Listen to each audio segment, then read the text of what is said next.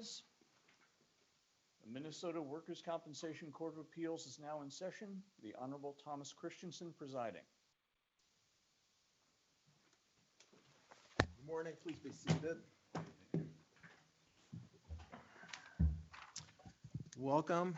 Oral argument before the Minnesota Workers' Compensation Court of Appeals. Today's date is December 18th, 2023. So counsel are aware the argument is being live streamed and recorded, and we'd ask that you speak loudly and clearly during your respective arguments. The first case for oral argument today is Rodney Dean Bjornson versus McNeilus Companies, Travelers Indemnity Company of America, and Property and Casualty Insurance Company of Hartford, with claims administered by Gallagher Bassett Services, Inc.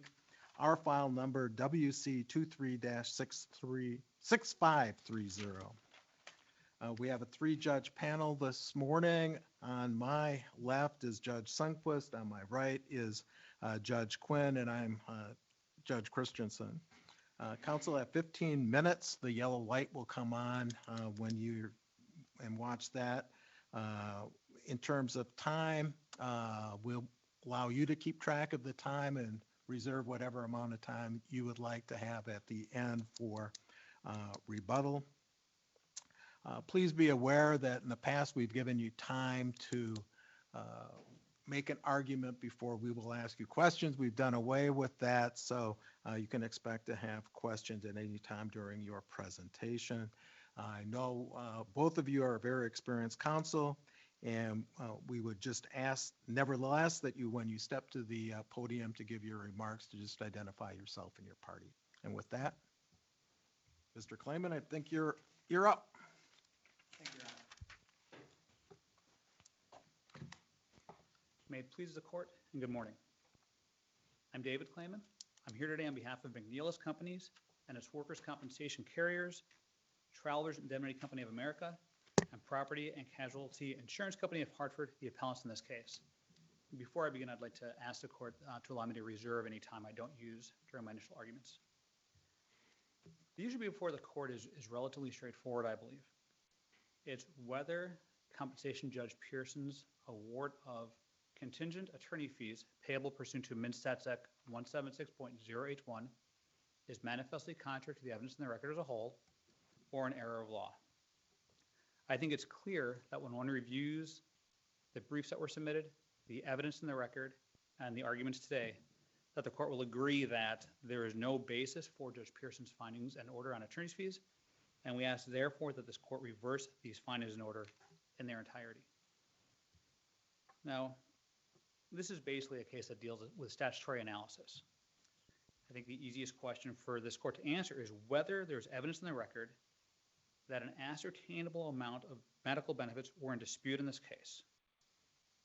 The record is clear. There simply is no evidence of an ascertainable amount of medical benefits that were disputed or recovered or paid. Was there a dispute of whether the medical benefits were compensable, though? That's an interesting question. If one Thanks.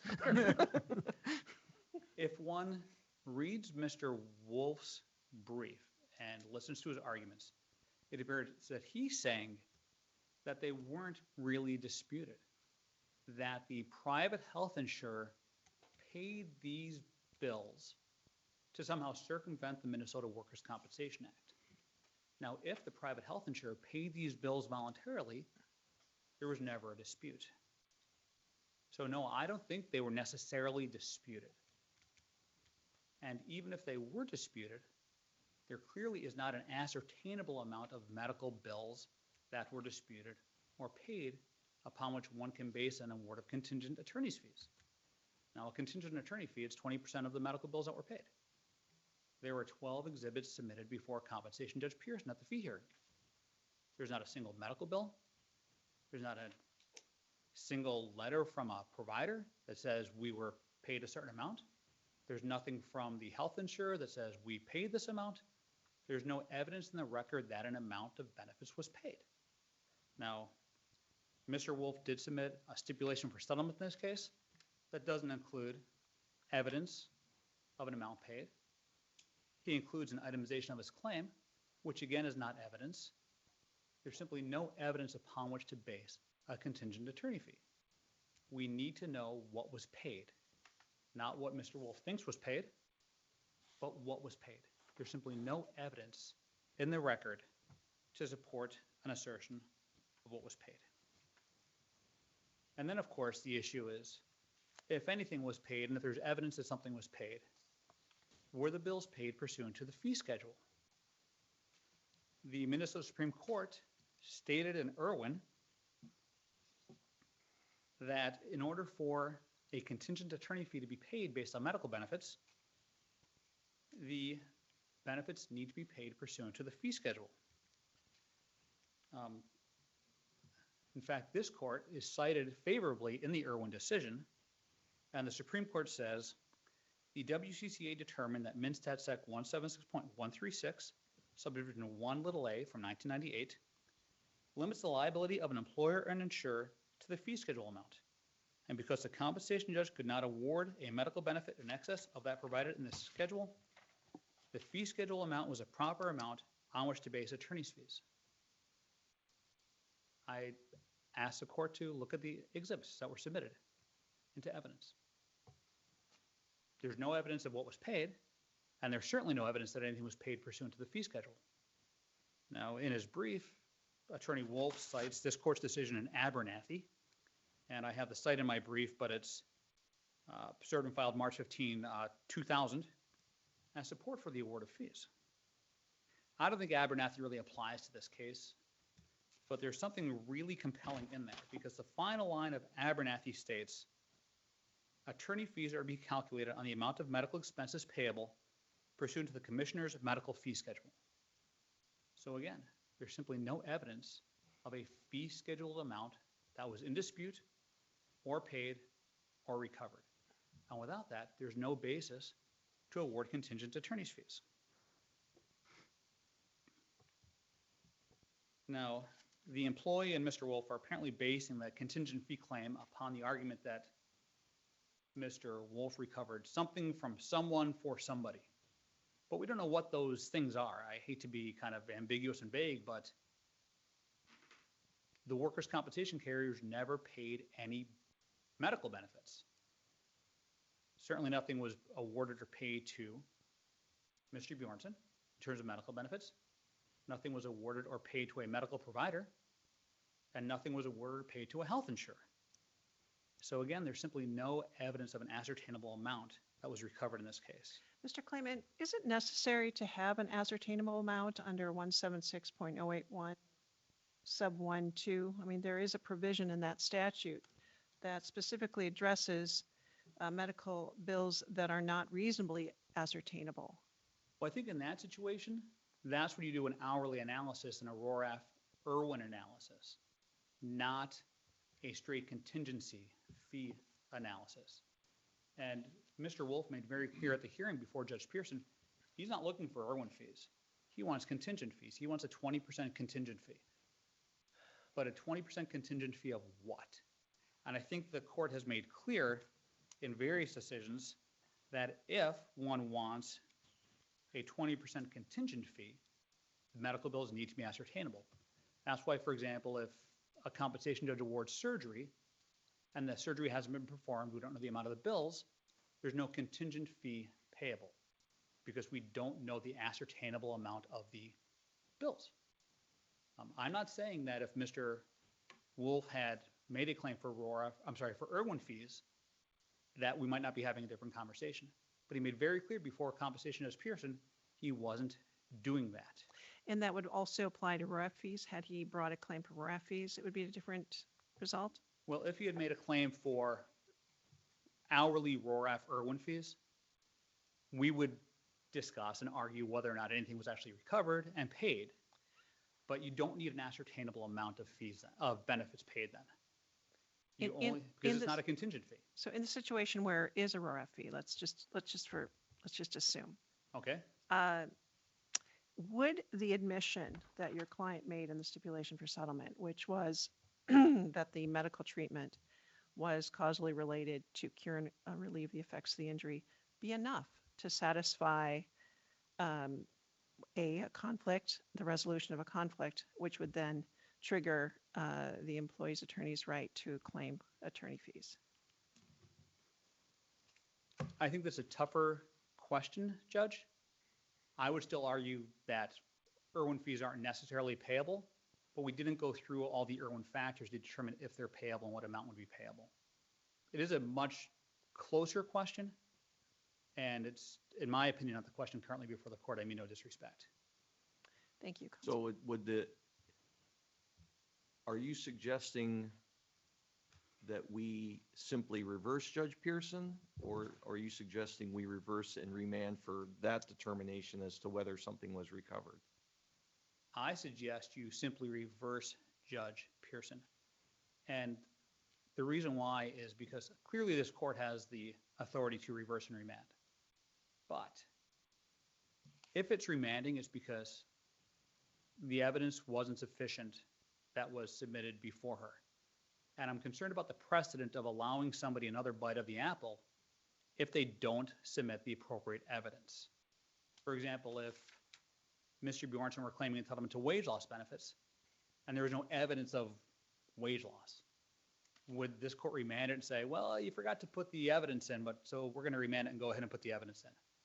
Or if I argued that there was no injury at all, and based on my IME, but I chose not to put my IME in, are you going to say, well, claimant's arguing he has the evidence, he just didn't put it in for whatever reason.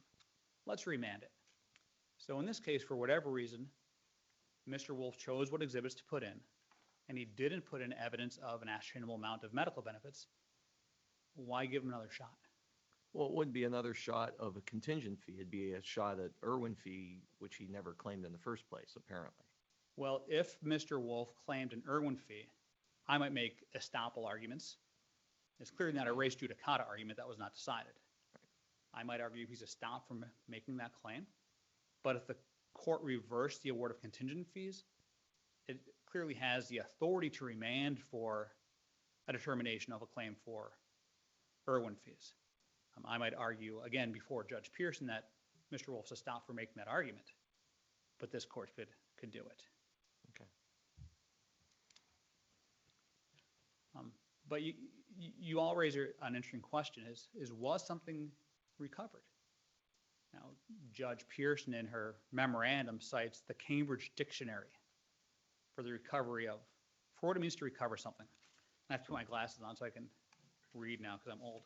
But what Judge Pearson said is that the Cambridge Dictionary defines a recovery as something that is, you get back something lost or spent. That's a recovery, according to the Cambridge Dictionary and Judge Pearson. Now, my question is, what did Mr. Bjornson get back, either in the stipulation for settlement or in an award or in anywhere else? He's not paid any medical benefits. He's not reimbursed any out-of-pocket expenses. He doesn't recover any medical benefits.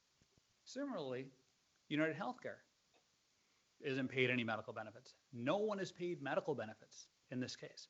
Nothing is gotten back. Nothing lost or spent is recovered. So I would argue there's probably not even a recovery in this case. Now, one of the arguments Mr. Wolf makes is that, well, McNeilus paid the medical bills for United Healthcare, so that's how they got the money back or spent, if I'm understanding correctly. But there's no evidence McNeilus spent this money. All we know is United Healthcare didn't intervene and claims it was self-insured. In that regard, wasn't United Healthcare the health insurer for the employer and paid the medical bills incurred by the employee as a result of these two denied injuries under 191? Well, I think which requires them, as the if it's a denied claim, health insurer pays for it, and they're obligated to pay for the medical bills incurred by the employee And then if it's deemed compensable, and that's what Judge Quinn asked earlier, the employer is supposed, or an insurer is supposed to pay back, or, arguably, whatever was paid by United Health back to them, which would result in a recovery. We don't know why United Healthcare paid those bills. We don't know when United Healthcare paid those bills. We don't know if United Healthcare paid those bills before anything was denied or disputed. And so we're not sure about that. And we also know that when a health insurer pays bills and it wants to recover under the Workers' Compensation Act, they intervene. Now, other self-funded health insurers have intervened in cases. That's the Karst decision that's cited in my brief and in Mr. Wolf's brief. In Karst, Medica was self-funded by the employer. They intervened, they recovered, and I believe in that case, a RORA fee was payable, not a contingent fee based on the amounts and the way the fees were paid. But that, in my opinion, that's what happens when a private health insurer, either self-funded or not self-funded, pays medical bills. They want to recover under the Workers' Compensation Act. They intervene. They don't intervene. They get nothing back. In this case, it's almost as if we had a stipulation where United Healthcare intervened and they agreed to accept $0.00. What's the difference between them not intervening and stipulating to take no money at all? In actuality, it's the same result. Nothing is recovered. No medical benefits are recovered. What about there's one provision of the stipulation that basically says, and I'm just paraphrasing it, that your client agrees to hold Mr. Wolf's client harmless for any co-pays or any other bills that might arise, and we've all run in this situation where the employee, you think you got a case settled, and then all of a sudden there's a bill that, it's lingering out there, or co-pays, and then no one even knew about it. I mean, isn't that a benefit to Mr. Wolf's client? Let's assume, for the sake of argument, that it is, that that's a benefit. And I'm out of time, so I'll answer this question if that's okay. What is the amount of the benefit? And is it ascertainable now, or is it in the future? I talked about the surgery case where surgery is awarded and the employee doesn't have it. Let's say the employee doesn't have it for 5 years. Let's say the employee never has it. There's a benefit because the surgery was awarded. All right, and so your point goes to the ascertainable amount, but then going back to my earlier question about, there may have been a recovery of something. That seems like it's a benefit to me, that this waiver of potential co-pays or, other unknown amounts. I mean, that's sort of a peace of mind to the employee. I understand that it might be peace of mind for the employee, but I would argue it's still not a recovery unless and until United Healthcare moves to act on getting paid back. Right now, it's... Or a medical provider. Or a medical provider. Okay. Right. Nobody is doing anything. There's no benefit payable or paid or recovered. And so at least as of now, again, under the 081 analysis, there's nothing to base an award of fees on. Now, if you want to remand this for an award, for determination of fees under the Irwin factors, again, that's within this court's right. Or I suppose Mr. Wolf could just file a claim for Irwin fees. That's a different issue and a different argument and a different analysis. I would still argue that there might not be a recovery. That peace of mind doesn't constitute a recovery in the absence of a tangible benefit. Not peace of mind, but something real that we can hold in our hands. I understand what you're saying. All right. Judge Sundquist, any questions? No, thank you. No, all done. All right. Thank you. Thank Mr. you. Conley.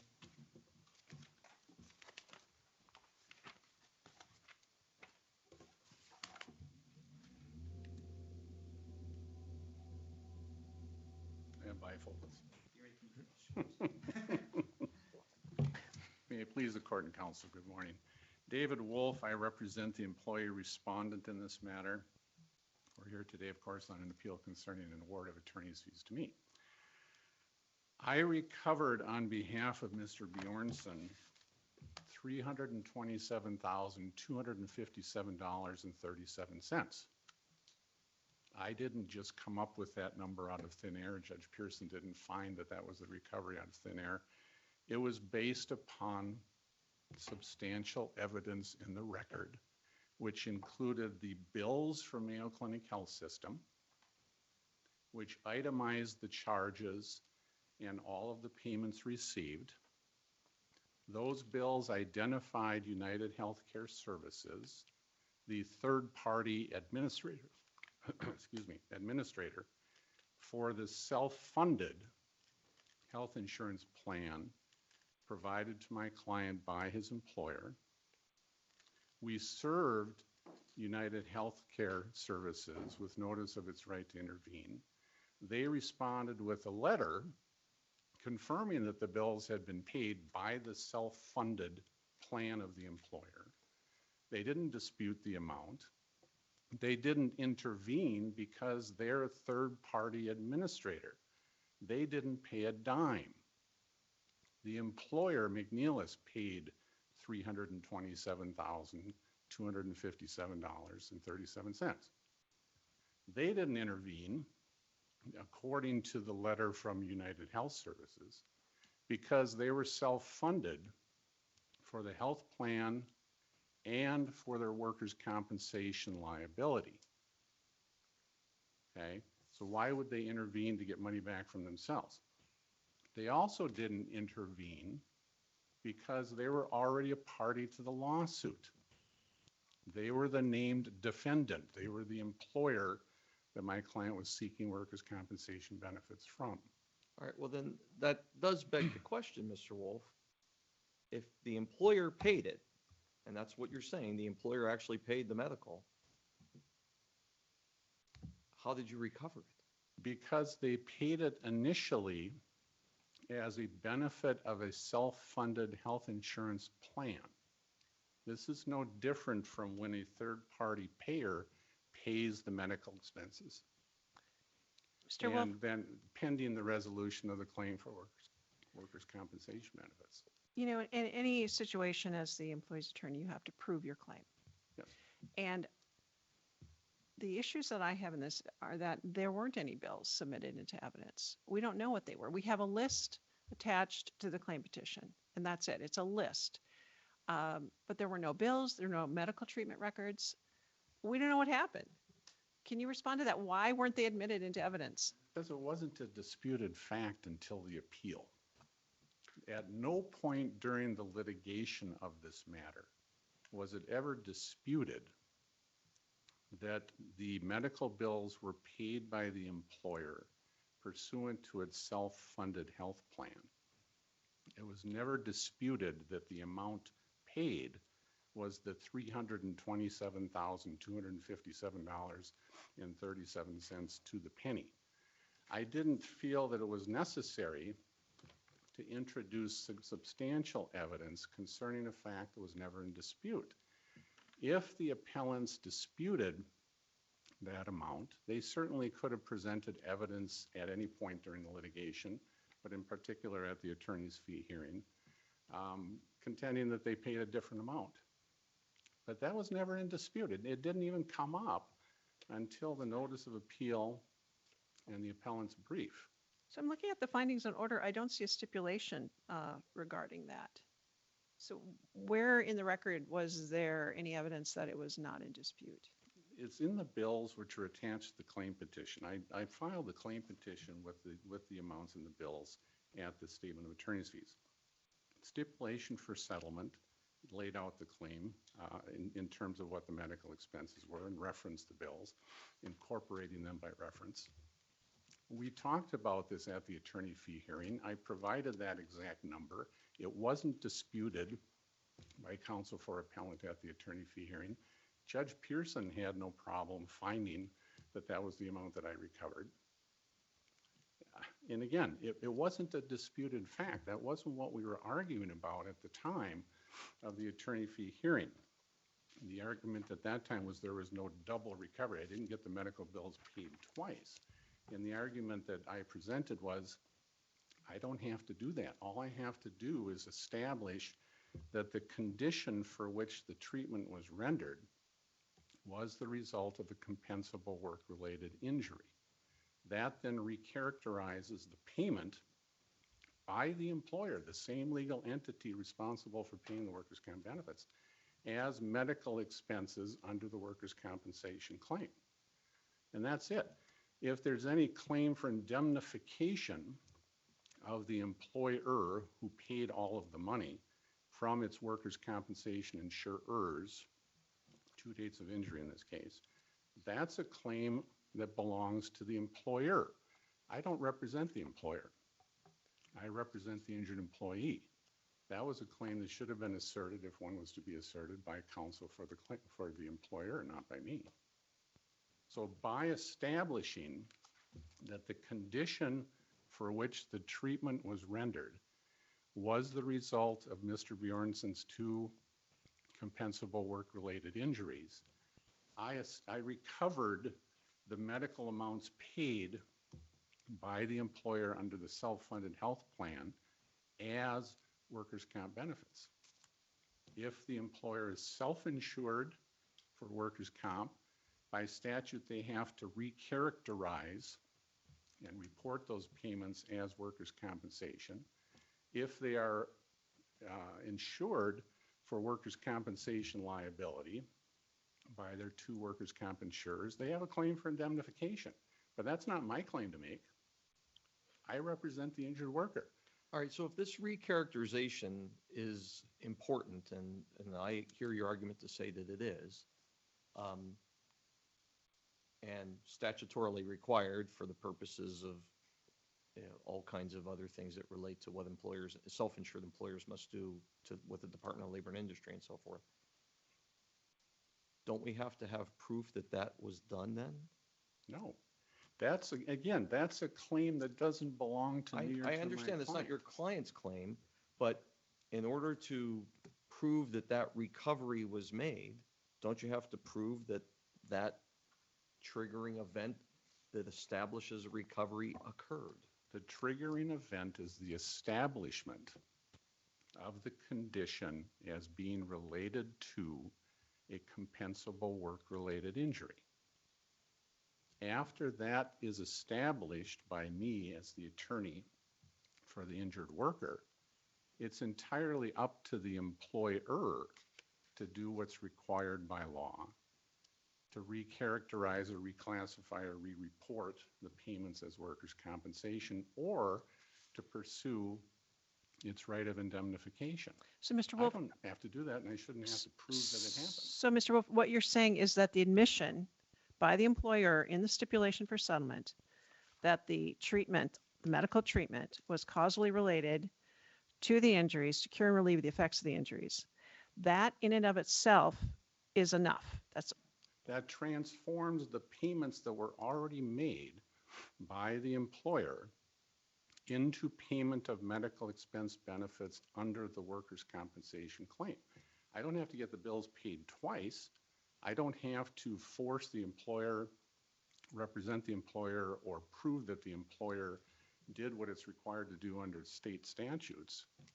If it's self-insured, it has to reclassify it as workers' comp. If it's insured, they have a right of indemnification. But that's up to them, not me.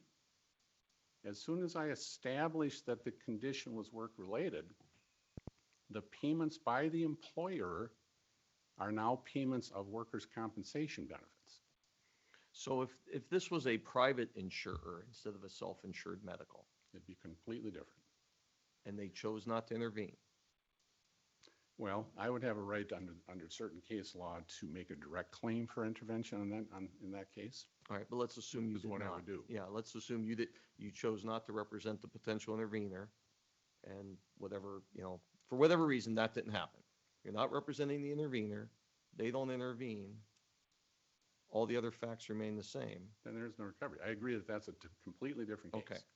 This case, the salient point of this case, it was a self-funded health insurance plan.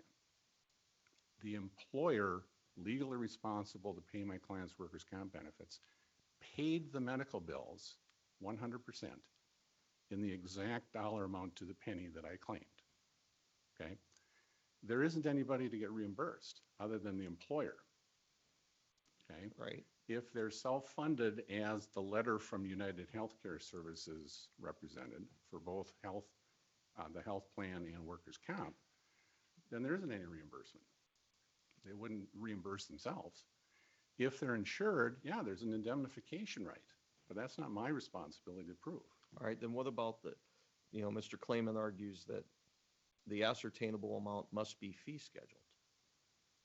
And we don't, again, I established at the hearing, presented substantial evidence found by Judge Pearson to be substantial and Right. sufficient in an exact dollar amount. If Mr. Clayman or his clients felt that that was a wrong number, they had the burden of producing additional evidence to establish what they felt the dollar amount should be. I understand the case law that says the fee schedule amount should be, is the amount instead of the amount billed. But here, the employer paid an exact amount. I don't have the ability to fee schedule bills of that nature. The burden of proving a different number on the appellants, not on me. I established an ascertainable dollar value, which Judge Pearson accepted. That was not clearly erroneous. It was supported by substantial evidence. And it wasn't even disputed at the attorney fee hearing. It wasn't disputed until his appeal. presumably the dispute was whether there was just a recovery period. Yeah, regardless I of mean, the- my understanding of the argument was we paid this under the health insurance plan, therefore you didn't recover anything. Right. And I said, well, no, that's not right, and because you paid it as health insurance proceeds. I established that the payment is actually of workers' comp medical expense benefits by establishing that the condition was related to compensable injuries. That transforms, if you will, recharacterizes the payment from health insurance proceeds to workers' compensation benefits. Well, There's not going to be a double payment of the bill, and there's not going to be a recovery of the employer from its own pocket. Right. What, we've had this discussion with Mr. Clayman already, and you were here to hear that. What if we say, hey, Clayman's argument's right. There has to be an ascertainable amount of the fee schedule, and even if it wasn't raised until the appeal, too bad, Wolf loses on that issue. But he still recovered something above and beyond the $15,000. Do we remand it back for an Irwin hearing or not? Well, Assuming we get, you I would know you don't remand agree it with the back. hypothetical initial facts, but if we get past that. Yeah. Putting aside the fact that I disagree with Right, everything that you're right, proposing. yeah. Okay. Then I would say that you would remand it back. I don't know that I would be limited just to establishing an hourly fee under Irwin. I might, And I don't think we have to decide that. I would then, I think, have an opportunity to present even more evidence. I don't even know what that would be, but even more evidence of the amount that was paid. $327,257.37, right to the penny. Okay, I didn't come up with that number out of thin air.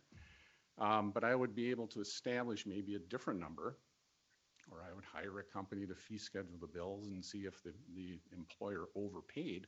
But then I'm representing the employer on an overpayment claim, or I'm being forced to do that. But if you're going to remand, I don't know that I should be limited to just an Irwin hourly fee claim. I think I should still be entitled to make a claim for the percentage statutory formula, which is what I made, which is the claim that I made, because I had a number. Right. I had an ascertainable dollar number. And if I understand, just to follow up, claim petition was filed, primary denial and or not related to the first injury, Correct. but primary. At that time, you did what you're supposed to do, put the intervener on notice, the healthcare third-party administrator.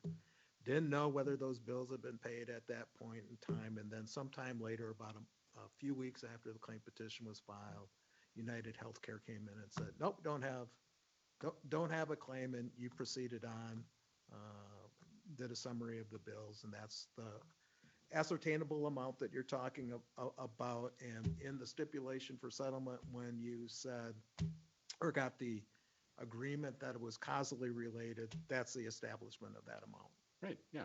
When we first got the bills, they itemized each charge for every day of service. They itemized the payments. They show United Healthcare Services issued the payment. That was never in dispute. I mean, we just added it up, $327,257.37. Mr. Clayman had the same bills. It was never in dispute. I mean, it was a fact that the employer paid under the self-funded health plan. I didn't know that until I got the letter from United Healthcare Services that it was self-funded, which makes it a unique case in the sense that there's no third-party payer to get reimbursed. It's the employer's money, both for the health insurance and for the workers' comp. So if there's no RORA fees under those circumstances, no injured employee with an employer with a self-funded health plan is ever going to find an attorney. That's another public policy consideration to consider. At least if the only dispute is medical. I'm sorry? Only if the dispute is medical only. No. I mean, as Judge Pearson found in this case, the contingent fee that I was paid from my client's wage loss benefits and permanency was inadequate to reasonably Right. compensate me. So even in a case of this nature, this size, I couldn't afford to take it on without the RORA fee. No attorney could. Mr. Wolf, I have a question about the contingent fee versus the RORA fee. The order is actually for RORA fees, right? Well, Not contingent RORA, fees. and there's some nomenclature that maybe I should clarify. Yeah, I would between like to me. hear your clarification on that. RORA fees is a generic term that covers the attorney fee payable by the employer and its insurer for recovery of disputed medical expense benefits. It can be calculated in one of two ways, either under a 20% statutory formula, which is still a RORA fee, or under the Irwin factors, if the claim is for an amount in excess of the 20% statutory fee, also a RORA fee. So both are RORA fees. Okay, That's the thank way you. that I understand it. Thank you. Judge Quinn? Any No, other questions? no, I'm good. Other questions? Thank you. Thank you. We'll take the matter under advisement and decision will be issued in 90 days. Thank you both very much.